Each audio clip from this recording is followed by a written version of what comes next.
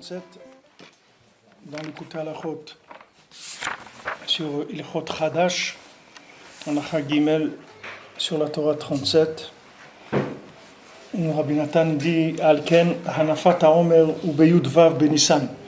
Donc hier on a parlé du Homer, du principe du Homer, c'est-à-dire d'amener cette nourriture-là, cette nourriture d'orge, qui est normalement une nourriture animale, et c'est avec ça qu'on va commencer pour pouvoir arriver à Matan Torah, c'est-à-dire on va commencer à élever le côté animal qui est en nous, et pour pouvoir libérer petit à petit l'âme de l'emprise du corps.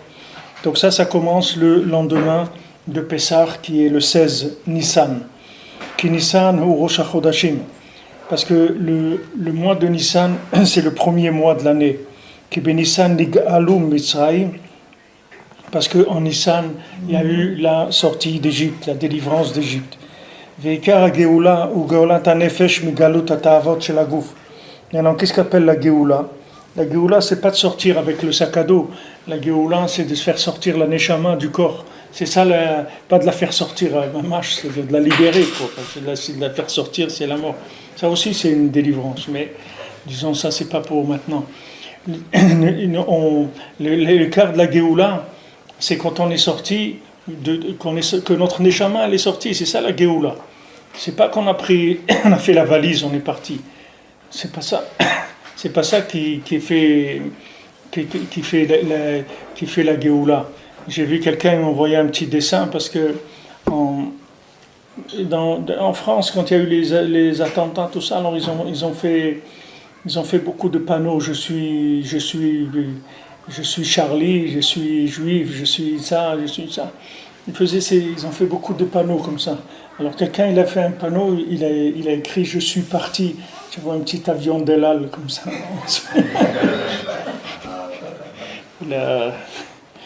Il a décidé, il est parti. Alors maintenant, l'âme, elle a besoin de sortir du corps. C'est ça qui s'appelle Géoula de Mitzrayim. Pourquoi maintenant on fait le seder, on mange les matzot? Ça y est, on n'est pas en Égypte, on ne va pas sortir d'Égypte tous les ans. Ça y est, on est sorti. Maintenant que c'est du Kolechad, on dit dans la Gada, Raoul Irot Atzmo, comme si lui il sort. C'est-à-dire, il sort de quoi? Il sort de la prison de son corps, c'est de ça qu'il sort. Il sort du langage de son corps. Il est prisonnier du langage de son corps. Il n'y a que son corps qui a le droit à la parole. Lui, il n'a pas le droit d'en placer une, Birlal. Sa Neshama, elle ne peut pas parler. Il connaît le langage que du corps. Il connaît j'ai faim, c'est beau, j'ai soif, on va s'éclater, on va s'amuser, on va regarder, on va sentir, on va toucher, on va c'est tout ce qu'il connaît. C'est ce langage-là qu'il connaît. Le langage de la Neshama, il ne connaît pas, il ne sait même pas ce que c'est, Birlal. Alors ça s'appelle Galut Mitzrayim, c'est ça la Galut de Mitzrayim, c'est qu'on est dans la Galut de notre corps. C'est-à-dire que la Galut de notre corps, c'est qu'on ne sait pas communiquer avec autre chose que le corps. C'est-à-dire on ne connaît pas la langue de la spiritualité, on ne sait pas ce que c'est. La Neshama, elle parle une langue, mais on ne connaît pas la langue de la Neshama. On ne connaît que la langue du corps. Maintenant, sortir de la langue du corps, sortir de la prison du corps, c'est ça la Géoula de Mitzrayim, c'est de sortir des ta'avot du corps. Et ça, qu'est-ce que c'est le lien de sortir des ta'avot du gouffre? C'est de remplir la lune de son bgam, du fait qu'elle se vide. Quand la lune elle se vide, il dit bgam alevana au prinat bgam anefesh. Parce que quand la levana elle se vide, c'est-à-dire que la levana elle est abîmée, ça fait un problème dans le nefesh, c'est-à-dire c'est le nefesh qui est pagoum. Le nefesh il est abîmé, qui est alvana au prinat nefesh David qui est adoua. Parce que la levana c'est le principe de l'âme de David Ameler, comme c'est connu. Que chaz v'shalom avonot mitgabrim, et si chaz v'shalom les averot elles prennent le dessus, dainu itgabrut haguf ala nefesh, c'est-à-dire que le corps il prend le dessus sur l'âme. Azai hib gimat alevana kayadoua. Ça s'appelle gimat alevana. On va dire que le lien de gimat alevana. C'est pour ça qu'il y a une ségoula. Rabbeinu donne une ségoula. Il dit que Birkat alevana, c'est une ségoula pour trouver son zivouk. Quand on veut kiddush levana, c'est une ségoula pour trouver sa femme, plutôt son mari. Si c'est une femme, elle fait, c'est un homme, il a le rio de Birkat Alevana. C'est une ségoula pour trouver sa femme. Pourquoi? Parce que le maasé, quelqu'un qui n'a pas trouvé son zivoug, c'est pas chouette qu'il n'a pas le langage de son zivoug. Parce que s'il avait le langage de son zivoug, il serait là son zivoug. Il ne sait pas communiquer avec lui. Comment te dit quelqu'un, tu connais un tel, ouais, alors appelle-le. Il dit, mais j'ai pas son numéro. Comment tu veux que je l'appelle? C'est vrai, tu me dis appelle un tel, mais je n'ai pas son numéro, je ne peux pas l'appeler. Quelqu'un qui n'a pas trouvé son zivoug, qu'est-ce que ça veut dire? Il est dans quoi? Il est dans Meout Alvana. C'est-à-dire qu'il n'est pas arrivé, Rabbeinu dit que maintenant les zivougim c'est des fachim, c'est-à-dire c'est des contraires, d'accord? L'âme et le corps c'est des contraires. Un homme et une femme c'est des contraires, c'est des opposés mamash. Mais maintenant, dans leur côté opposé, ils doivent chercher à revenir vers le centre, c'est-à-dire à être moins extrêmes dans leur façon d'être. Mais si maintenant la personne, elle va plus à l'extrême, dans sa nature, alors qu'est-ce qu'elle fait? Les maasé, elle s'éloigne de son zivoug, parce que son zivoug, il est opposé à elle. C'est-à-dire que l'homme, lui, il va vers le spirituel, c'est-à-dire que l'homme, dans son essence, il n'aime pas ce monde-là. C'est pas ça, ce monde-là, il l'intéresse pas. Lui, ce qu'il aime, c'est la spiritualité, il aime la liberté, il n'aime pas d'être emprisonné dans ce monde. Maintenant, le mariage, c'est vu par l'homme, c'est ressenti comme un emprisonnement. Parce que, comme ils disent les goïms, ça y est, la corde au cou, ça y est, tu as la corde au cou, etc. C'est ça la simcha des goïms, des Shiva Brachot qui font. Ils disent, ça y est, la corde au cou, c'est fini. Ça y est, tu as pris le boulet, c'est fini, truc, etc. Alors c'est comme ça, eux, ils voient la vie comme ça. C'est pour ça qu'ils ne veulent pas se marier, la plupart des gens. Parce que le mariage, ils disent, c'est un emprisonnement. Pourquoi c'est un emprisonnement? Parce que maintenant, le mariage, c'est deux êtres opposés qui vont se marier ensemble. Maintenant, comment ils se trouvent déjà, ces deux? Comment ils arrivent à se trouver, à se parler, à avoir envie de se marier? Il faut que chacun il soit venu un petit peu vers le milieu, c'est-à-dire qu'il ait accepté la différence. C'est comme ça qu'il va venir, qu'il va venir vers le milieu. Qu'il soit tolérant au fond de lui, qu'il dise, bon, c'est pas tout le monde qui cherche que le spirituel, etc. Mais le matériel aussi, il a son importance. Parce que si on n'avait pas le matériel, l'âme, elle n'aurait pas comment faire les mitzvot, etc. Alors si la personne, elle s'adoucit un peu, alors elle peut trouver son zivoug. Rabbeinu dit que des fois, la personne, elle s'éloigne tellement de son zivoug, c'est pour ça qu'elle ne peut pas le trouver. Des fois, l'homme il fait aussi des avérotes, c'est-à-dire des fois, l'homme, il fait des avérotes. Et ces avérotes-là, elles font que son zivoug, il s'éloigne de lui. C'est-à-dire, il n'arrive pas à le rencontrer. C'est-à-dire, il perd la longueur d'onde. Quand vous avez des appareils, ils ne captent pas les FM ou ils ne savent pas je ne sais pas quoi, il y a des trucs qu'ils ne captent pas. L'homme, des fois, il rentre dans des emprisonnements de communication, de manque de communication, où il ne peut plus trouver. Même s'il voit la personne devant lui, il ne peut pas savoir que c'est elle. Des fois, c'est même le contraire. Je vous ai raconté le maasé. Dans les voyages à Oman, on faisait avant des voyages à Oman mixtes. Il y avait un monsieur, il est venu, et il s'est disputé avec une femme, ils disaient tous les deux, ils n'étaient pas mariés. Et tout le voyage, ils se sont pris la tête, ils se disputaient. Alors l'année d'après, quand il a voulu venir, et pour le voyage, une autre fois, il a dit je viens et tout, les attachés, mais est-ce que cette femme-là, elle vient? Parce que si elle vient, je ne viens pas. Tellement ça lui est resté, il est resté choqué de la guerre qu'il y a eu, des disputes qu'il y a eu. Alors quelqu'un lui a dit quoi? Tu vas pas aller au Oman, chez Rabbi Ahmad, Tikkun Klali, tout ça pour une personne, mais laisse-la tranquille, tu vas dans l'autre côté du bus, c'est tout, tu parles pas avec elle. Parce au début il voulait pas, après il a accepté, il est venu. Et sauf dans l'année ils se sont mariés après, ces deux-là. Pour te dire, comment quelqu'un, ben non, ça c'est sa femme, il doit l'aimer normalement. Ça commence par de la boxe, c'est-à-dire pourquoi? Parce que ils peuvent pas se supporter. Pourquoi ils peuvent pas se supporter? Mais pourtant c'est un zivoug.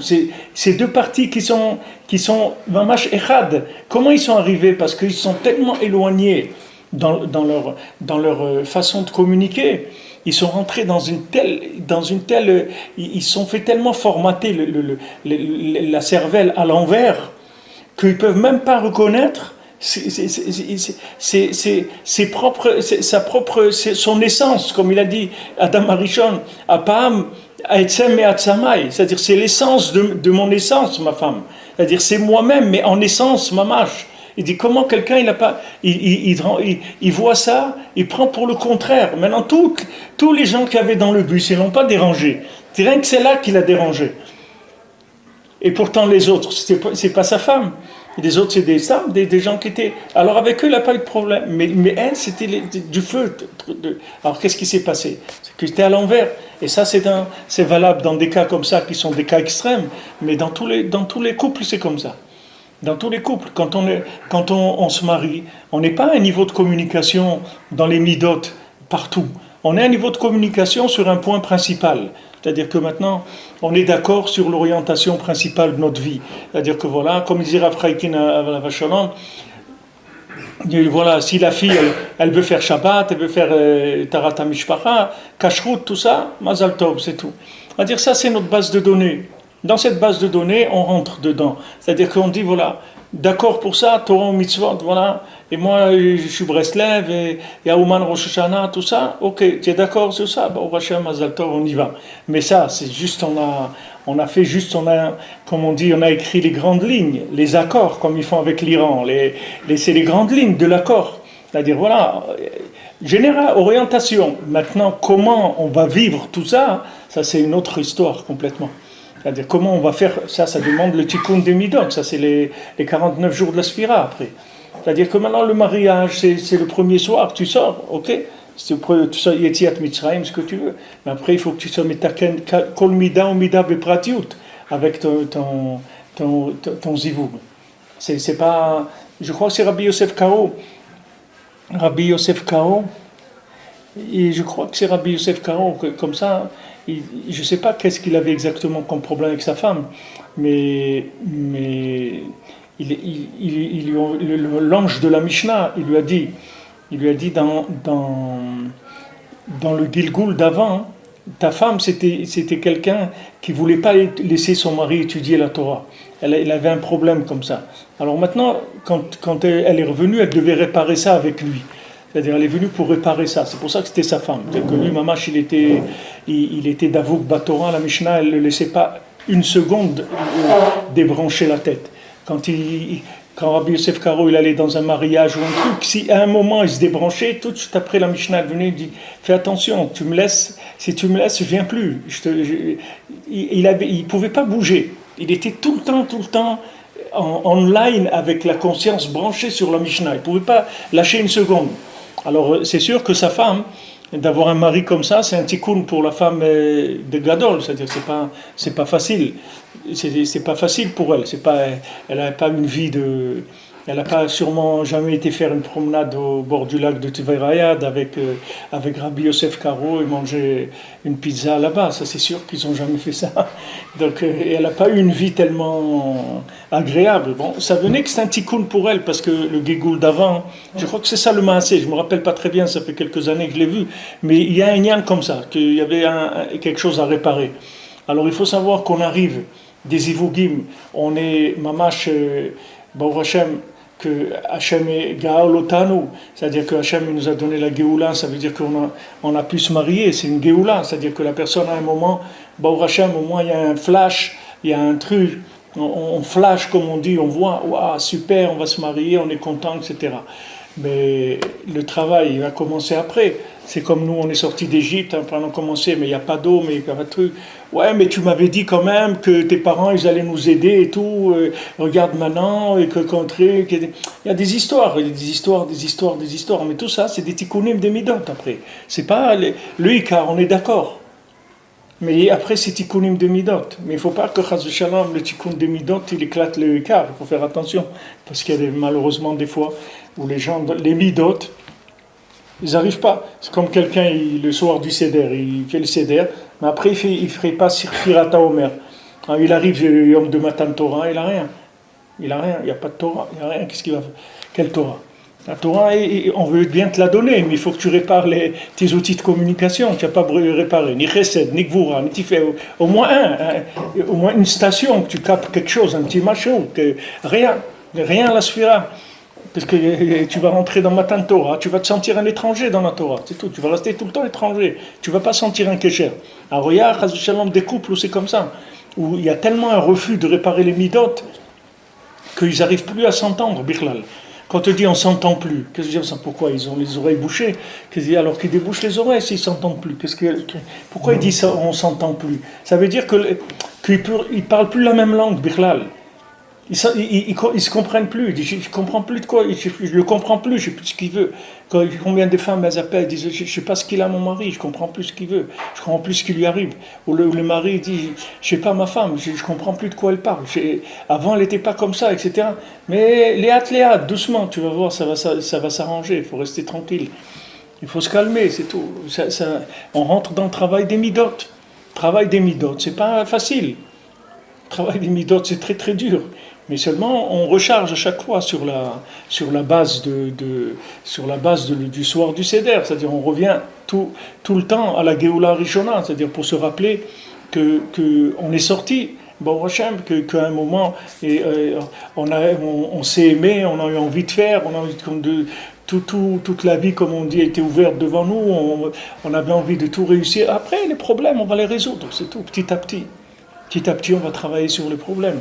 Mais il faut savoir que c'est un problème de communication uniquement. Il n'y a pas un problème. Parce que tous les problèmes du monde, tous les gens ont des problèmes. Ça n'existe pas des gens qui n'ont pas de problème dans le comportement. Mais il y a un truc de communication, c'est tout. C'est-à-dire qu'il y a des trucs que je laisse, Beikar les vater, c'est-à-dire on n'aime pas trane, on laisse, c'est tout. La personne elle dit ça ne me fait pas très plaisir et tout, mais ça ne fait rien, je laisse, c'est tout. Qu'est-ce que je vais faire? Pas chaque point, je ne vais pas m'accrocher sur chaque point, sinon je vais finir. Je laisse, c'est tout. Je suis mévater. C'est-à-dire, on est mévater. Pourquoi? Parce qu'on sait que pour Hachem, le Ikar, il est valable. On veut la Torah, on veut se rapprocher d'Hachem, etc. Bon, c'est tout, c'est ça qu'on cherche. Après, le reste, c'est des réglages. On a besoin de faire tout le temps des réglages. C'est la vie, toute la vie, c'est ça. Alors, c'est ce qu'il dit ici, que maintenant, des fois, Chazve Shalom, il y a Gabrut Agouf sur le Nefesh. C'est-à-dire tellement, des fois la personne, elle a été loin de sa Neshama. Des fois la personne, elle a tellement fait des avérantes que son corps, il est devenu tellement épais qu'il va parler avec ce qui doit être sa femme, il ne va pas la reconnaître, Bichlal. Il ne va pas la reconnaître, il ne peut pas la reconnaître. Il y a des fois où c'est fini, il n'a aucune chance de la reconnaître. Comme il est là, c'est fini. C'est-à-dire le gars, il parle le chinois, il parle que ça, c'est tout, il ne connaît aucune autre langue. Maintenant, il n'a aucune chance de la reconnaître. Elle ne parle pas un mot de chinois. Comment il va la reconnaître? C'est tout, il faut prier, que Hachem il envoie, c'est tout. Et ce qui vient, on dit, au Rabbah, c'est tout. Qu'est-ce qu'il y a? Les critères principaux, Torah, Mitzvot, truc, Oman, Rosh Hashanah, Kashrut, Shabbat, truc, ok, Mazal Tov, c'est tout. Et après, on va se mettre au travail, c'est tout, qu'est-ce qu'on va faire? On n'a pas... Ah, tu veux le gilouï du zivou gagoun, tu vas avoir un gilouï que mamash, on te disait zivou kram, inachamaim, etc. Mais ça, il faut être quelqu'un qui a dominé le cheval complètement, qui a complètement dressé son corps. À ce moment-là, tu peux voir quelques aspects de ça. Mais sinon, tu vois rien du tout, Birlan. Et celui qui croit qu'il a vu quelque chose, c'est Hafour à l'Hafour, c'est-à-dire c'est le bonhomme, il est tellement dans l'imagination que dans son trip à lui, comme on dit, Hachem lui a rentré même dans son trip à lui, parce que sinon le gars il va pas avancer. Alors il fait croire aussi que d'après ses critères à lui, ça aussi c'est valable. Mais il n'y a rien, on ne peut rien voir dans le zivou, on ne voit rien du tout. Il y a un flash, mais ce flash-là, il n'est pas explicable. Il n'est pas explicable. Il y a des gens, ils ont flashé des fois, et ils étaient ensemble pendant quelques temps et tout. Après, quand ils ont commencé à rentrer dans le midot, ils ne sont pas mariés. Quand ils ont commencé à vouloir gérer un peu, ils sont arrêtés tout de suite, parce qu'ils ont vu qu'ils ne peuvent pas. C'est-à-dire, le travail, il est trop difficile. Ils n'arrivent pas. Alors, c'est pour ça que tout ça, je vous ai dit pourquoi, pour dire que le lien de Kiddush Levana, c'est une ségoula pour trouver son zivou. Parce que, et même pour les gens mariés, c'est pour être metaken le zivou. C'est pas que les gens qui sont pas mariés. Le Kiddush Levana, c'est metaken le zivou. Parce que le principe de la Levana, c'est que elle baisse. D'abord, elle a une intensité qui est faible. Elle n'est pas aussi forte que le soleil. elle est très faible. Et en plus, même ça, elle bouge, c'est-à-dire elle a sa lumière qui baisse presque à zéro, après elle remonte. Elle baisse et elle remonte. Maintenant ça, c'est ça qui nous rend fous. C'est-à-dire pourquoi on est fou, c'est à cause de ça. Si la Lune, elle avait l'intensité du Soleil, tous les gens seraient normaux sur Terre. C'est fini, il n'y aurait plus de folie possible. Parce que la folie, elle vient du degré d'obscurité de la Lune. C'est-à-dire que la matière, elle ne se manifeste pas. Tu vois de la matière, tu vois que tu as l'impression qu'il y a un bout de bois, c'est un bout de bois, il est mort, c'est tout. Maintenant, il n'est pas mort du tout. Alors, si tu n'es pas mort, dis-moi que tu n'es pas mort. Quand je fais des bêtises, dis-le-moi. Et ne me laisse pas. Manifeste-toi un petit peu. Non. Pourquoi? Parce que la levana, les brouma. C'est-à-dire que tout le reflet de la matière, il est abîmé. C'est-à-dire que tu as le film dans la caméra, il est bon, mais l'écran, il est abîmé. Donc quand tu projettes, tu vois presque rien dans l'écran. Le film, il est bon, mais l'écran, il n'est pas bon. Donc ça, c'est tikkun de la levana. Alors ça, c'est pas évident. On vit dans un monde où on reproduit, si tu veux, l'écran avec la émouna, mais on ne voit pas. On a la émouna, c'est tout. On est ma'amine que c'est comme ça, c'est tout. Mais si tu viens rentrer dans des calculs, tu ne trouves rien. C'est-à-dire dans la manifestation des choses. Tant que tu es dans un niveau dans un niveau où tu dois être métaken, mais en plus tu vas arranger dans le lien de l'alliance, dans le lien du dibour, comme on voit ici, tu vas faire reculer ton corps, plus tu vas arranger l'écran. Il va devenir de plus en plus clair et tu vas voir des choses. Alors, une fois que tu commences à voir assez de choses, après ça y est, tu vas choisir de dresser ton corps et ton corps il va plus te faire ce qu'il a envie. Il va se mettre au travail. Mais tant que le corps il a le dessus, tu peux rien faire, tu es muet, tu n'as rien à dire. Dans la maison c'est pareil, entre des gens, tant que les midotes elles sont catastrophiques, il faut se taire, c'est tout, tu peux rien faire. Tu restes tranquille, c'est tout, tu te tais, tu peux pas. Il y a des sujets, tu peux jamais les aborder. Tu vois, tu as parlé une fois, deux fois, trois fois, 5 fois, à chaque fois c'est la guerre. Et t'en parles plus, c'est tout. Jusqu'à que les choses s'arrangent. Tu en parles avec Hachem, mais tu en parles pas, merci, tu en parles pas avec le conjoint. Parce que tu peux pas, c'est tout. Ou si le conjoint il a un ami ou elle a une amie, ou un truc que des fois, quelqu'un de vraiment un truc, alors tu lui dis, voilà, peut-être si tu peux lui parler un peu des fois de ça, parce que c'est des choses qu'on n'arrive pas à aborder du tout, et c'est difficile. Et tout. Des fois on peut comme ça, mais direct, il y a des choses, même pas la peine, on commence même pas. Il y a des sujets, c'est inabordable, c'est tout. Et des fois, toute la vie, c'est comme ça, des fois ça ne s'arrange jamais. C'est des sujets qui resteront inabordables toute la vie. Parce que c'est un niveau de communication, ce sujet-là, on n'arrive pas à communiquer. Non, ça restera comme ça, c'est tout. Mais le Ikar, on l'a, c'est qu'on travaille, on est dans le zivou et on travaille. On a la chose principale. Donc tous ces tikkunim-là, je vous donne un exemple, le zivou, mais vous pouvez mettre ça dans tout ce que vous voulez dans le monde. Je vous donnerai qu'une image, c'est tout. Mais ce qu'il dit Rabbi Nathan ici, c'est klaliut de klaliut, c'est-à-dire ça va dans tout. Ça va dans le travail, ça va dans l'argent, ça va dans le manger, bien sûr, ça va dans toute forme de rapport avec la matière. Toute la forme de rapport à la matière, c'est ça. Le problème, c'est Bgemat Alevana. Maintenant, David Ameller, c'est Tikkun de la Levana. C'est pour ça que quand on fait Kiddush Levana, on fait David Amelech Haïvekayam. Pourquoi on chante ça? Pourquoi on ne chante pas Moshe Emet, Vetorato Emet, ou Yeshua Benoun, ou je sais pas, ou Rabbi Shimon Bar Yochai, pourquoi on chante? Parce que c'est David Amelech, c'est lui Tikkun de la Levana. Tikkun de la Levana, parce que David Amelech, il est arrivé à un tel bitul à Hachem. David Ameller, c'est le plus grand niveau de communication avec Hachem, c'est les Teilim, il n'y a pas un plus grand niveau de communication.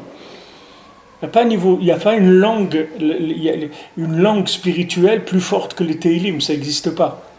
Les Teilim, il y a l'écouté de Philot, Rabbi Nathan il a dit que c'est le Sha'ar HaMishim, mais les Teilim dans le Ham Israël, c'est ça la communication avec Hachem. Tu veux communiquer avec Hachem, Rabbi nous dit fais Teilim. Tu n'as pas envie de faire tchouva, Rabbi nous dit fais Teilim. Tu as envie de faire tchouva, tu trouves pas la porte, fais les Teilim. Tu as envie de faire tchouva, tu as trouvé la porte, elle est fermée, fais Teilim, ça va l'ouvrir. Rabbi nous dit Teilim, c'est metaken tous les accès à la Kedusha. C'est pour ça qu'on a un Noël pendant la Sphira de faire des Teilim, de faire les Teilim. Rabbi nous dit, celui qui veut faire tchouva, il est ragil be'amirat Teilim. C'est une Torah dans l'écoute Moran. Rabbeinu dit Mi sherotse l'arzor bitchua yeh ragil be'amirat teilim. Alors on avait demandé une fois à Levitsa qu'est-ce que c'est ragil. Il dit le yom, le teilim du yom. C'est-à-dire que tu le fais une fois par semaine, tout le sefer. Ça c'est ragil. C'est-à-dire que tu rentres dans le club des gens qui sont dans la communication. C'est-à-dire que tu rentres dans le monde de la tchouva. Tu fais partie des gens qui veulent faire tchouva be'emet. Qu'est-ce que tu fais? Chaque jour ça prend un quart d'heure, des fois 20 minutes. 10 minutes, ça dépend des fois c'est très court, mais dans la semaine tu l'as terminé. Tu fais le Rishon, Sheni, etc. Tu l'as terminé dans la semaine. Ça s'appelle Ragil. Maintenant, il y a d'autres Sedarim. Rav Nachman Tubchiner, il faisait 3 fois par semaine. Il faisait dimanche, lundi, mardi. Il faisait une fois le Teilim. Mercredi, jeudi, vendredi, il faisait 2 fois. Et Shabbat, il le faisait entier. Il se faisait 3 fois par semaine. On avait ici un Breslever, un Temani, qui est niftar il y a 2 ans, qui est niftar. Il était aussi à l'époque de Rav Levi Yitzhak, c'était un Bal Tshuva de Breslev de longtemps. Il était dans Breslev depuis 40 ans. Lui, il le faisait 3 fois tous les jours et 7 fois le Shabbat. Il faisait 3 fois le Teilim chaque jour et Shabbat, il le faisait 7 fois le Teilim. Toute sa vie comme ça, pas une année. C'était sa vie, c'était ça le Teilim. Que ça. C'était son. Il travaillait que là-dedans. Il y a beaucoup de gens ici à Yerushalayim qui font 3 fois par jour.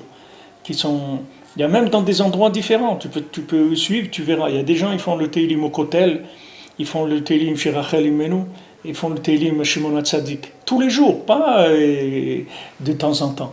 Tous les jours. Il y a des circuits comme ça. De gens qui sont. C'est des clubs de Teilim comme ça. Et il y a des gens qui font une fois tous les jours. Ça tu trouveras aussi dans ces endroits-là, au Kotel. Il y a des groupes ensemble, ils font tous les jours. Au Kotel à 7h, je crois qu'ils commencent à 7h, je crois qu'ils commencent le matin. Mais ça, c'est des pros, c'est 1h15, ils finissent le Teilim. C'est des gens qui font ça depuis des années. Donc il y a un groupe où sont peut-être 15 ou 20 comme ça au Kotel, tous les matins, 7h à 8h15. Tous les jours. Ils font le Teilim. Parce que le Teilim, c'est la langue de toutes les langues. C'est-à-dire, c'est pour réparer la communication. C'est ça le Teilim. Rabbeinu dit que le Teilim, c'est l'Aïd Bodedou de David Ameler. Et il dit, quand tu fais Teilim, tu dois te trouver, toi, dans le Teilim. Toi-même, tu dois te trouver dans le Teilim. C'est-à-dire, parce que David Ameler, quand il a parlé, il n'a pas parlé que pour lui. Il a parlé pour c'est du Ruach HaKodesh. Il ne parlait pas de sa vie. Sa vie, c'est un exemple. C'est comme le Sipurim Masiyot, comme Rabbeinu l'a raconté, Sipurim Masiyot. Le Sipurim Masiyot, ce n'est pas l'histoire de quelqu'un. C'est ton histoire à toi. Et l'histoire de l'autre, et l'histoire de l'autre, et l'histoire de l'autre. C'est ça le Sipurim Masiyot. C'est l'histoire de chacun. Chacun, il doit se sentir, quand il est ici pour un Masiyot, il doit sentir que c'est sa vie. Maintenant, le Teilim, c'est pareil. Rabbeinu dit que, et Karamirat Teilim, c'est la Latzmo, c'est-à-dire que ce qui est écrit là-bas, ça parle de toi. C'est-à-dire que tu t'arrives à t'identifier à ce qu'il est en train de dire. Ça, c'est le Ikar de Teilim. Mais David Ameler, c'est Levana, c'est Tikkun de la Levana, c'est Tikkun du Dibour. Dibour, c'est Malchut, c'est féminin, c'est la Levana, c'est la lune, c'est le Tikkun. Le Tikkun, c'est la communication. C'est comment assembler les morceaux, comment faire communiquer les morceaux. Donc il dit ici que הגוף על הנפש, אזי פגימת הלבנה כדועה, וכשהנפש מתגברת על הגוף, זה בחינת מילוי הלבנה. Donc quand maintenant l'âme, elle prend le dessus sur le corps, alors ça s'appelle milui de la levana, c'est-à-dire que la lune, elle se remplit, chez Brinat Nefesh, que ça c'est l'âme, ishlemut, ibeshlemut bemilui, que l'âme, elle est parfaite et elle est pleine. C'est-à-dire la personne, elle a pas il lui manque rien dans sa vie. Il est bien dans la Torah, il est bien dans la Tfila, il est bien dans son mariage, il est bien dans sa nourriture, il est bien dans son sommeil, il est bien dans là où il est. J'ai vu quelqu'un, il m'a envoyé une petite image comme ça d'un oreiller. Et sur l'oreiller, il a écrit le meilleur oreiller qui existe, c'est la conscience tranquille. C'est un oreiller. C'est-à-dire, quand lui pose sa tête, il dort, c'est tout. Celui qui n'a pas la conscience tranquille, il n'a pas d'oreiller. Il dort sur des clous. Sans arrêt, ça travaille. C'est-à-dire celui qui a trouvé la communication, il est tranquille. Il a une tranquillité, il a une sérénité intérieure. Parce que ça y est, il communique. Son effet, il a été mis de gaber sur son corps. Parce que quand la lune elle est abîmée, c'est l'obscurité. Parce que quand maintenant la lune elle a été diminuée, alors ça a amené de l'obscurité dans le monde. Ça veut dire ça a amené de l'obscurité. Ça a amené l'obscurité matérielle, que la nuit il fait nuit. C'est-à-dire qu'il y a une obscurité matérielle, mais ça a amené l'obscurité de la matière. Que la matière elle est devenue épaisse et elle n'est pas devenue transparente. Comme la Torah dit, etsperi osepri. La Torah dit l'arbre fruitier qui fait du fruit, qui fait des fruits. Parce que quand Hachem il a créé le monde, l'arbre, le bois lui-même, il avait le goût du fruit. La même chose, vous pourriez couper un morceau de l'arbre et vous le manger, il avait le goût du fruit. Il avait le même goût que le fruit. Seulement après, le fruit, l'arbre, il est devenu épais comme ça, il a perdu l'apparence. C'est-à-dire que c'est très difficile, il faut être un grand connaisseur pour voir un tronc d'arbre et savoir quel arbre il s'agit, quel arbre fruitier il s'agit. C'est difficile, c'est que des gens qui connaissent bien ça, qui voient les différences. Mais avant, le tronc, le bois de l'arbre, il vous renseignait sur le fruit. Alors ça, c'est un principe général qu'il y a dans la matière. C'est-à-dire que quand la lune elle a été diminuée, l'évidence de la matière, c'est-à-dire l'évidence de tout ce qui est féminin, ça s'est caché. C'est-à-dire que c'est devenu caché, c'est-à-dire qu'il n'y a plus d'évidence. Et ça, c'est le corps qui est devenu obscur.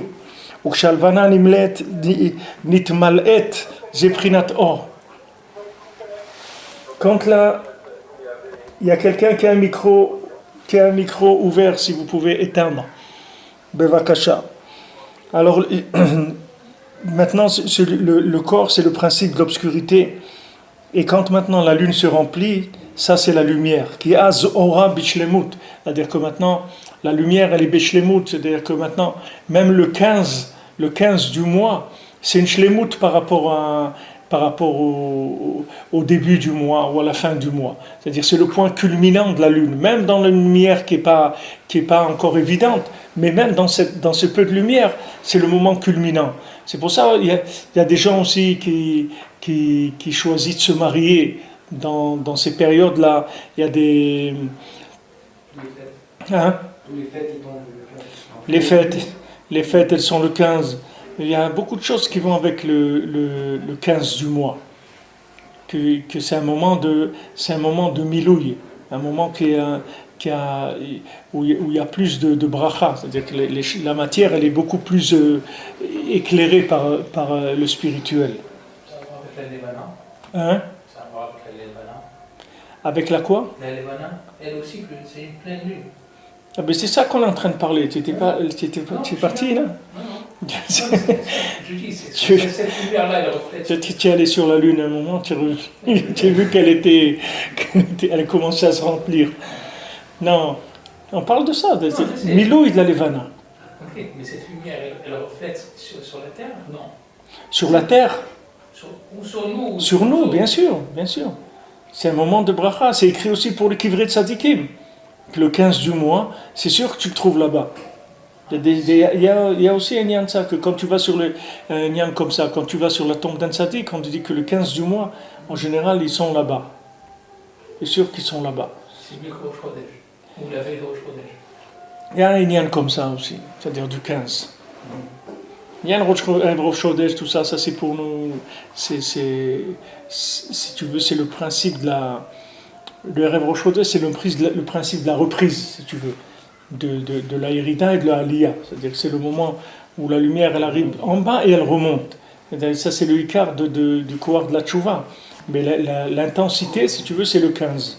Le 15, c'est le 15. Ouais, c'est le sommet de la lumière. C'est là où il y a le plus de... C'est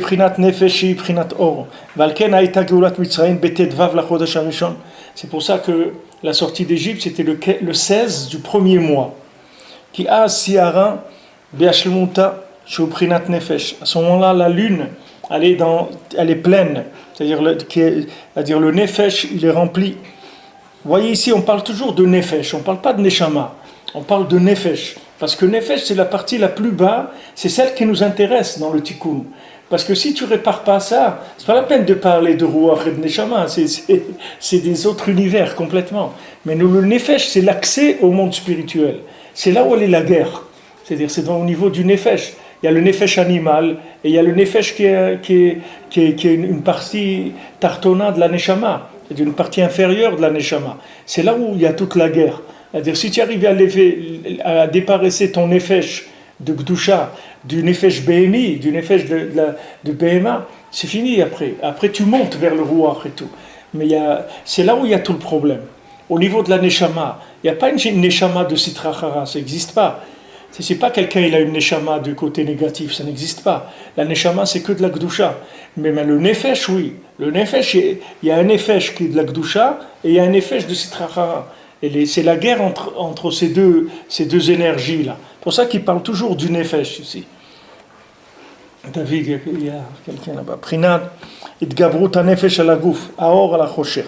Valken Aïta Ikar Golotam Belaïla, Dainu Belel Shimurim.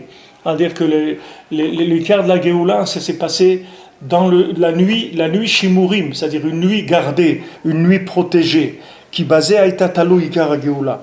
Parce que dans ce principe-là, dépendait le Ikar de la délivrance. Chez Zachul et Taken Miut Ayareach, Acha et Talaïla Kayom Yair, qu'ils ont pu réparer la diminution de la lune, que la nuit elle a commencé à éclairer comme le jour. Kamova chez Otalaïla, Aïta Meira, chez Prinam Blouya Elvana, chez Ikar Geoula. Cette nuit-là, il faisait jour, les Maasé. Quand ils sont sortis, le soir de la sortie, Mamash, du Seder, il faisait jour. C'est-à-dire qu'il y a eu une intensité de lumière qui était quelque chose de spécial. Parce que c'est ça ce qui a amené la délivrance. Valken Kiddush HaChodesh ou Mitzvah Rishona Shenitztavu Israël Betiatam Mitzrayim. Et pour ça qu'en sortant d'Égypte, qu'est-ce qu'on nous a donné comme première mitzvah? Le Kadesh HaChodesh, de sanctifier le mois, de faire Birkat HaLevana, Kiddush du Chodesh. Ki Ikar Geulat Mitzrayim Tluya Bemitzvazu Shel Kiddush HaChodesh. Parce que l'Ikar de la sortie d'Égypte, elle dépend de cette mitzvah-là, c'est-à-dire de sanctifier le mois. Shuprinat Tikkun Alvana, qui est la réparation de la lune, les malot otam et bgimata, de la remplir de ce qu'elle a été diminuée, abîmée. À l'idée mitzvah Kiddush HaChodesh, par la mitzvah de sanctifier le mois. Shuprinat Ita'alut HaNefesh, que ça c'est l'élévation de l'âme chez Zéou Ikar Yetziat Mitzrayim, que ça qui s'appelle principalement la sortie d'Égypte. Alken Beyud Vav la Chodesh Arishon. C'est pour ça que le 16 du premier mois, chez Asmatril Alvana Litmaet, que c'est le premier jour où la lune elle commence à diminuer. Ki Betet Vav la Chodesh Alvana Betachlit Amiloui. Parce que le 15, la lune elle se trouve entièrement pleine. Au Beyud Vav ou Ayom Arishon, chez Matrilet Alvana Litmaet. Et maintenant le 16, c'est le premier jour où la lune elle commence à diminuer. Alken Makrivim Aza Omer Seorim. Donc le 16, on amène l'offrande, la mesure d'orge, chez Aliedeze Metaklim ou Memalim et Hanefesh. Que grâce à ça, quand on amène ce korban, on répare et on remplit l'âme. On remplit l'âme, c'est-à-dire que les maasés, on voit ici qu'il y a un lien de milouille, de remplir, c'est-à-dire de se rassasier, de plus être en frustration, c'est-à-dire d'être réparé, c'est-à-dire d'être rempli, d'être bien, d'être serein à l'intérieur. C'est ça ce qui manque Beikar aux gens. Qu'est-ce qui manque? Qu'est-ce qui manque principalement dans le monde? Pourquoi les gens ils cherchent des choses incroyables, des sports, des trucs dangereux, des trucs extrêmes? Les gens essaient des extrêmes, des choses comme ça. Pourquoi les gens ils vont dans de la violence, dans l'extrême, dans tout? L'extrême c'est quoi? C'est pour remplir le vide, c'est tout. C'est pour ça que les gens ils cherchent l'extrême. Pourquoi quelqu'un il va chercher des choses qui sont dangereuses, de la folie, qui peut mettre sa vie en danger et tout? Mais il peut mettre sa vie en danger pour obtenir un peu de plaisir parce qu'il est frustré. C'est-à-dire qu'il a une telle frustration, un manque, que ce manque-là, il essaye de le trouver dans ces choses-là. Mais ce qui se passe, c'est que ça augmente le manque. Comme l'argent. L'argent, il augmente le manque. L'argent, il rend pauvre. C'est-à-dire, plus quelqu'un, il cherche l'argent, et plus il est en manque, en permanence. C'est-à-dire, il ne se sent pas bien. Ça vient du fait qu'il y a une diminution de la levana. Maintenant, le seul rassasiement principal qui existe, c'est de remplir la lune. Sinon, jamais tu seras rassasié. Si quelqu'un il remplit pas la lune, jamais il va être rassasié. Si quelqu'un il s'occupe pas de son âme, il s'occupe que de son corps, jamais il sera rassasié. Parce que le corps, jamais tu peux le rassasier. Jamais. Jamais tu peux finir avec le corps. Tu lui donneras tout ce que tu veux, il voudra toujours encore. Il veut jamais. Et si maintenant tu lui donnais et il te laissait tranquille, mais tu lui donnes, il demande encore et encore et encore et encore, sans arrêt, sans arrêt. Il n'y a pas d'autre possibilité que de le rentrer dans le ta'anit. C'est-à-dire, soit maintenant tu le diminues, la consommation, soit tu lui fais goûter le plaisir du Shabbat, qui s'appelle aussi ta'anit par rapport au corps, parce que c'est les plaisirs du Shabbat, c'est des plaisirs entièrement spirituels. Et ça remplit la levana. Ça, c'est metaken, la lune. Et ça, après, quand tu as réparé la lune, ça veut dire que tu as réparé ton approche de la matière. C'est-à-dire la matière, elle ne devient pas qu'un outil ou un moyen de plaisir. La matière, elle devient un moyen de communication avec Hachem, un moyen d'être en contact avec Hachem. C'est-à-dire, c'est là où la matière, elle rentre dans sa véritable nature. Alors que pour la plupart des gens, la matière, c'est qu'un moyen d'avoir du plaisir, c'est tout. Il n'y a rien d'autre dans la matière. Parce que les gens, ils sont prisonniers de leur corps, ils ne connaissent que le langage du corps. Donc ils ne connaissent que le langage du plaisir. Comment je peux tirer plaisir de cette chose-là, c'est tout. Il n'y a pas d'autre forme de vie. Même des gens qui sont des présidents de la République ou qui sont n'importe quoi, c'est des gens qui cherchent du plaisir, c'est tout. Ils n'ont rien d'autre que ça dans leur vie.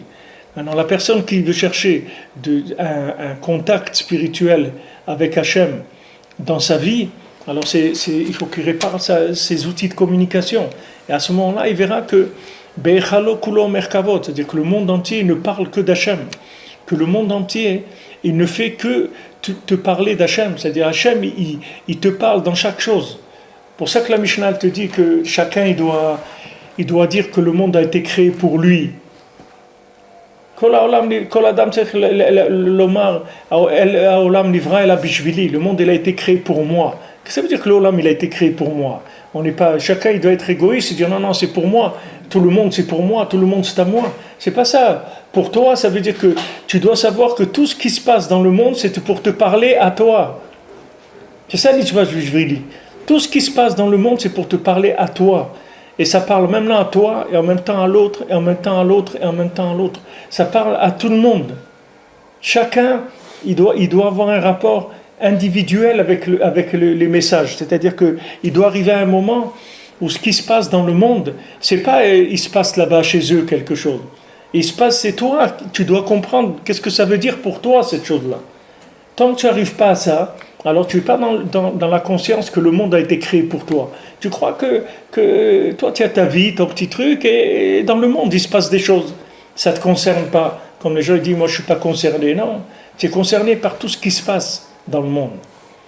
D'abord, tu es concerné par tout ce qui se passe dans le Ham Israël, et tu es concerné aussi par tout ce qui se passe dans le monde entier. Parce que tout, c'est des messages pour toi individuellement. Individuellement, ça te parle. Tout ce qui se passe dans le monde, ça te parle. Mais pour ça, il faut que tu sortes des tavotes du gouffre. Si quelqu'un c'est sûr que si quelqu'un il regarde la télé et qu'il écoute les speakers de la télé qui lui parlent, c'est sûr qu'après quand il éteint la télé, il va se trouver dans un monde mais alors nul comme jamais il peut imaginer.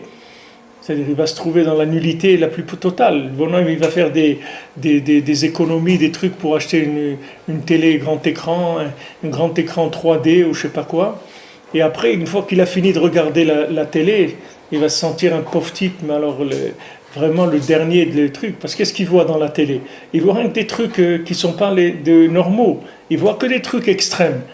Des gens qui sont habillés pas de façon normale, des gens qui font des trucs incroyables, des gens qui vont dans des endroits dans le monde incroyables, des trucs, il va voir que des trucs qui sont complètement exagérés, des extrêmes. Et après, quand il éteint la télé, et voilà, c'est un pauvre type, c'est tout. Il va se mettre au lit. Si il est énervé, il va faire une crise. Sinon, il va boire un peu de vin, un peu de whisky, n'importe quoi. Et il va y dormir, c'est tout. Qu'est-ce qu'il va faire? Et le lendemain, il va travailler. Et qu'est-ce que tu veux qu'il fasse? Mais si maintenant il arrête avec cet écran-là et qu'il commence à chercher, il s'est dit, attends, mais j'ai pas besoin de regarder la télé. Le monde, c'est une télé. J'ai pas besoin de regarder une télé. J'ai mes émissions à moi. C'est pas j'ai pas besoin de l'émission de la télé. J'ai mon émission à moi. Hachem, il aimait pour moi. Pourquoi je vais regarder la télé?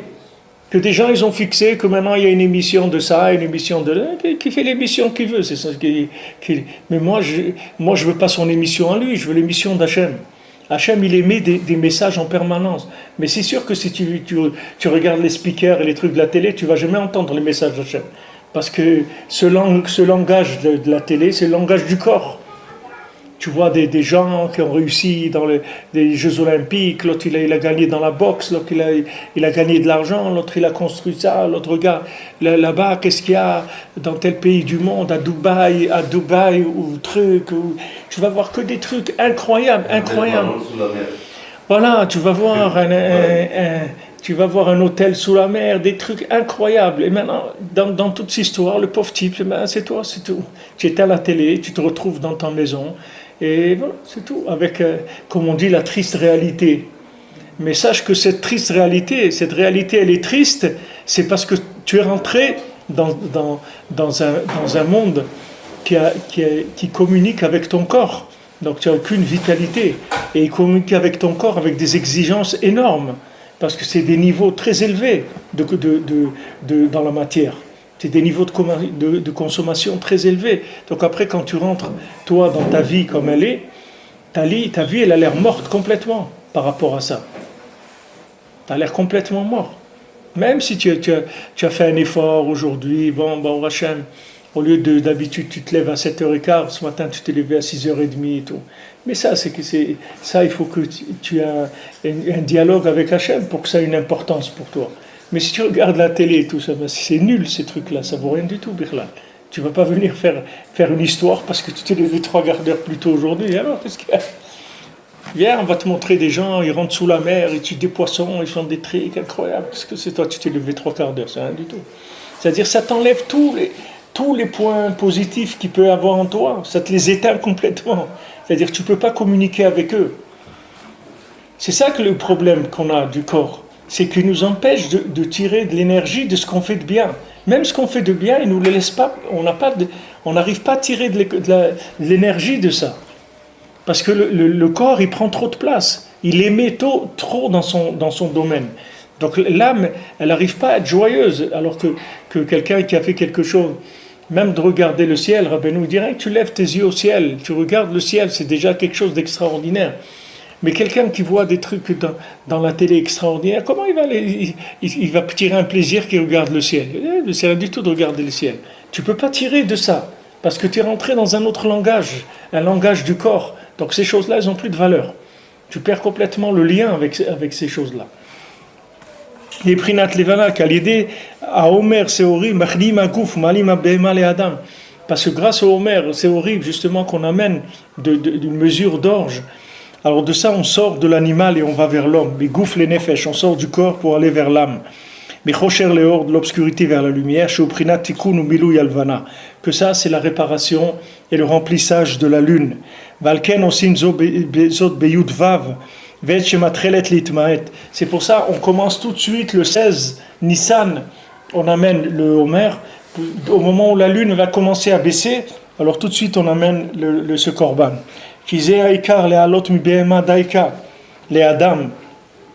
C'est-à-dire que quel est le tikkun? C'est de sortir précisément de l'animal et d'aller vers l'homme. C'est pas de dire d'être qu'un homme, c'est-à-dire d'être qu'une neshama. Tout le tachlit, c'est d'élever le corps vers la neshama. C'est ça le tachlit. C'est pas que tu as une neshama et le corps, tu dis, bon, ben, le corps, qu'est-ce que je peux faire? Tant pis pour lui. Pas du tout. On est là que pour travailler avec le corps. Parce que si c'est que l'âme toute seule, elle va pas progresser, l'âme. L'âme, elle va être au même stade que ce qu'elle était avant de devenir dans le monde. Et elle peut être pire encore, parce que si le corps il fait des bêtises, il va salir l'âme. Et après, l'âme, elle doit passer par des nettoyages et des trucs très désagréables pour pouvoir entrer dans le paradis. Après, c'est très désagréable. Donc maintenant, notre tikkun, on a intérêt à réparer notre corps, parce que dès qu'on va réparer notre corps, notre âme, elle va se sentir beaucoup mieux, et elle va pouvoir nous donner de l'énergie, et pouvoir nous transmettre des messages, etc. C'est-à-dire, on va aller dans un autre mode de vie. Mais le but, on ne peut pas dire sans corps. C'est comme la Davé Avihu, ils ont voulu amener les Kétorettes, ils n'étaient pas mariés. Hachem dit, qu'est-ce que tu amènes les Kétorettes, tu n'es pas marié. Tu veux amener la chose la plus élevée qu'il y a au Beth Amikdash, tu n'es pas marié, c'est-à-dire en même temps, tu amènes un korban qui est quelque chose d'extraordinaire, et d'un autre côté, tu veux vivre sans corps. Mais on ne peut pas. On ne peut pas vivre sans corps. Tu as besoin du corps. Tu dois élever le corps, c'est ça ton travail. Ton corps, tu dois le nettoyer, tu dois l'entraîner, tu dois l'assouplir, tu dois faire tout ce qu'il y a à faire pour qu'il devienne ton compagnon de Avodat Hashem. Parce que de toute façon, tu es lié avec lui et tu vas payer l'addition avec lui. Tu ne peux pas dire c'est le corps. Il n'y a pas c'est le corps. C'est une association qui est indissociable. Tu ne peux pas les dissocier les deux. C'est pour ça qu'on amène une mesure d'orge précisément, qui est une nourriture animale, qui est pour adoucir la rigueur dans sa racine. C'est pour ça qu'on amène le Homer, on l'amène le 16 précisément. Au moment où la lune elle commence à baisser, c'est-à-dire que le corps il commence à prendre le dessus, Prinat Rocher, l'obscurité elle commence à arriver, Prinat Behema, le côté animal, qui est déléamtique Prinat Behema, Prinat Rocher, pour adoucir le côté animal, l'obscurité, Prinat Gouf, le corps. Chez Zeikar Milou Vetikun Alvana, que ça c'est le ikar du remplissage et de la réparation de la lune. Chez Prinat Nefesh, qui est l'âme, qui est chez Zochim Lafor Behema et Adam, quand on arrive à retourner l'animal en homme. C'est ça, c'est la transformation c'est toute la qualité de l'homme, tout son honneur, c'est la transformation. C'est pas qu'il sait des choses ou quelqu'un il a qu'à savoir beaucoup de choses, ça nous intéresse pas du tout. C'est pas ça qui nous intéresse. Ce qui nous intéresse, c'est la force de transformer. C'est pour ça qu'on fait Sfirat HaOmer, c'est-à-dire le Ika. C'est de metaken les midot, c'est pas d'avoir la Torah. Hachem, il n'a pas de problème, il te donne la Torah tout de suite. Mais ça va te servir à rien. Parce que si tu n'as pas réparé ton corps, jamais ton corps il te laissera accès à la Torah. Tu ne comprendras même pas de quoi elle parle, la Torah. Tu crois que tu es dans la Torah, ou tu es en Eretz Israël, mais tu es nulle part. Tu n'as aucun lien avec ces choses-là. Parce que ton corps, il prend tellement de place qu'il fait écran. Comme on voit, Eloke Masecha, vous ne faites pas des idoles qui vous font des séparations. On n'a pas le droit. On n'a pas le droit. Comme il dit là, comme on a vu aujourd'hui dans la paracha, qu'on n'a pas le droit de faire des dalles, des matzevot. On n'a pas le droit de mettre matzevot par terre et de se prosterner sur ces matzevot-là. Même si on se prosterne à Hachem, on n'a pas le droit de se mettre sur ces matzevot-là qu'on a fait pour servir Hachem. Parce qu'on n'a pas le droit d'utiliser des choses intermédiaires pour servir Hachem. Ça, on pouvait le faire qu'au Beth Amikdash. Au Beth Amikdash, il y avait des dalles et on se couchait avec les pieds et les mains comme ça écartés et on faisait pichut yadayim veraglaim et avec ça, on se prosternait devant Hachem comme ça. Mais ça rentre dans le Beth Amikdash. En dehors, on n'a pas le droit de faire ça. Ça veut dire que maintenant, tu peux pas venir servir Hachem avec un corps qui est un écran. Il faut que tu le nettoies, l'écran. Il faut que le corps, tu le nettoies pour qu'il te laisse passer, qu'il te laisse passer la lumière de la Torah.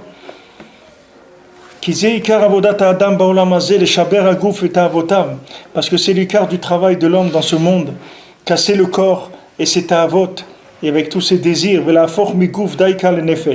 et transformer la vie du corps en une vie spirituelle. Parce que l'âme, dans sa racine, elle éclaire énormément. Mais Hachem, il a descendu pour ça dans ce monde. Pour qu'elle se renforce contre le corps. כדי להפוך הגוף לנפש, pour qu'elle transforme le corps en âme. שאז נשלמה ונתמלאה נפש בשלמות, ביתר שאת ויתר עוז כידוע. Qu'à ce moment-là, l'âme, elle se remplit, elle se complète avec plus de force, de force. C'est-à-dire que tout le Inyan qu'on est venu dans ce monde, c'est pour donner de la force à notre âme. L'âme, quand elle était dans le monde supérieur, elle ne pouvait pas prendre de force, parce que l'âme, là-bas, elle est dans un état stagnant. L'âme, elle est dans un certain état. Maintenant, pour augmenter l'énergie de l'âme, la force de l'âme, il faut venir dans ce monde, se battre avec le corps, transformer le corps en un associé d'un Avodat Hashem. Et à ce moment-là, tout ce que tu vas arriver à le transformer, tu vas augmenter la force de ton âme. Après, quand tu montes avec une âme qui s'est enrichie énormément par la lutte qu'elle a eue avec ce corps dans ce monde. Mais sinon, l'âme, comme elle est en haut, elle est ce qu'elle est, c'est tout. Tu ne vas pas changer après. Quelqu'un, s'il n'a rien fait dans sa vie, quand il va arriver de l'autre côté, il peut pas demander une place plus que ce son âme est, parce qu'il n'a rien fait pour augmenter la force de son âme. Alors maintenant, chaque fois que tu as une possibilité de lutter contre le corps, c'est-à-dire au début, tu dois être un peu sévère avec lui, mais petit à petit, tu vas l'intégrer dans ton Avodat Hashem, jusqu'à que lui-même, il va prendre plaisir dans l'Avodat Hashem. Et à ce moment-là, tu commences à mamash enrichir ton âme de spiritualité. Et tu pars de ce monde avec une âme énorme. Tu peux partir avec une âme. Quand on dit Rabbi Shimon Bar Yochai, voilà maintenant la Hilula de Rabbi Shimon Bar Yochai. Mais tout le monde il peut être Rabbi Shimon Bar Yochai. Rabbi Shimon Bar Yochai, quand il est né, il n'était pas Rabbi Shimon Bar Yochai. Rabbi Shimon Bar Yochai, il est devenu Rabbi Shimon Bar Yochai. Parce qu'il a rempli son âme, c'est tout. Rabbeinu, il dit, moi, de n'importe qui, je peux en faire un tzaddik comme moi. Rabbi Nachman a dit, moi, je peux vous rendre des tzaddikim comme moi. Pourquoi il dit des tzaddikim comme lui? Il dit, c'est un tzaddik. Non, il peut t'aider à récupérer tellement d'éléments spirituels dans ce monde, grâce à la domination de l'âme sur le corps, tu peux récupérer tellement d'éléments spirituels qu'à chaque fois, ton âme, elle va grossir. C'est ça qui devient Rabbi Shimon. Ou tu deviens Rabbi Akiva, ou tu deviens Rabbi Tarfon, ou je ne sais pas, tu arrives à des niveaux comme ça. Tu crois que Rabbi Tarfon, il est né Rabbi Tarfon? Il est né, quelqu'un. Ok, ses parents, ils se sont bien comportés, tout ça. Peut-être qu'au départ, il était déjà propre, il n'est pas parti avec un débit à la banque. Ils lui ont pas laissé comme héritage un débit à la banque. Ils l'ont mis peut-être à zéro. Mais c'était pas Rabbi Tarfon. Il est devenu Rabbi Tarfon. Comment il est devenu? Chaque fois que le corps il voulait quelque chose, il disait non, c'est pas comme ça, etc. Il l'a éduqué. Et après, il a fait son acolyte, son associé. Donc ils allaient ensemble étudier la Torah, truc et tout. Mais après, il faisait que faire grandir son âme. Donc elle a grandi. C'est ça ce qui s'appelle un rave. Aujourd'hui, on appelle tout le monde rave. Mais un rave, c'est ça ce que ça veut dire. Rave, ça veut dire beaucoup. Qu'est-ce que ça veut dire beaucoup? Ça veut dire c'est un homme qui a tellement récupéré d'éléments d'âme qu'il a un pouvoir de transmission de spiritualité à un certain groupe de gens. Par exemple, un père de famille, Rabbeinu dit, il a sur sa femme et ses enfants. Il a cette force-là de pouvoir leur transmettre de la spiritualité. Maintenant, s'il monte plus haut, alors il va avoir encore plus de pouvoir. Et c'est ce que ça s'appelle un rave. Quand on dit c'est un grand rave, tout de suite un grand rave, ça veut dire beaucoup. Ça veut dire c'est quelqu'un qui a su faire des affaires et récupérer des éléments d'âme. Jusqu'à ce que maintenant son âme, elle a pris tellement d'intensité qu'elle peut éclairer beaucoup de gens qui sont dans des niveaux inférieurs par rapport à lui au niveau de leur âme. C'est notre but, c'est pour ça qu'on est là. On n'est pas là pour autre chose. Les quelques années qu'on est dans ce monde-là, c'est pour faire ça, Bezat Hashem.